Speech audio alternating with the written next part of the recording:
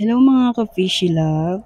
So, ito yung aking oranda, SBST. So, ito yung una ko siyang na-receive. So, as you can see, meron siyang wound sa kanyang tail. Tapos, meron din sa kanyang dorsal, pero hindi lang kita dito. So, yan siya.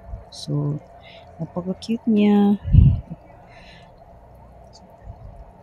It's very small.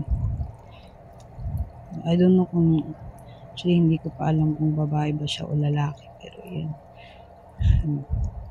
Maliit pa siya dito. So yan, naka-quarantine siya dito. So, and ito na after 1 month and 1 days. So yan.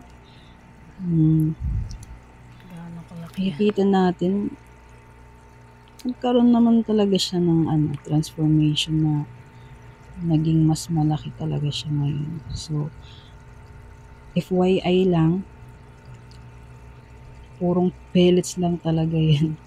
Kasi wala akong live food. Nagtatry ako mag-culture ng Magna Daphnia. Kaso lang, hindi pa talaga ganun karami. So, hindi ko napapakain sa kanila. So, yung source of food talaga niya is pellets lang. Yung sake hikari. Yun. Pero, dahil maganda naman kasi yung quality ng sake hikari. So, yan.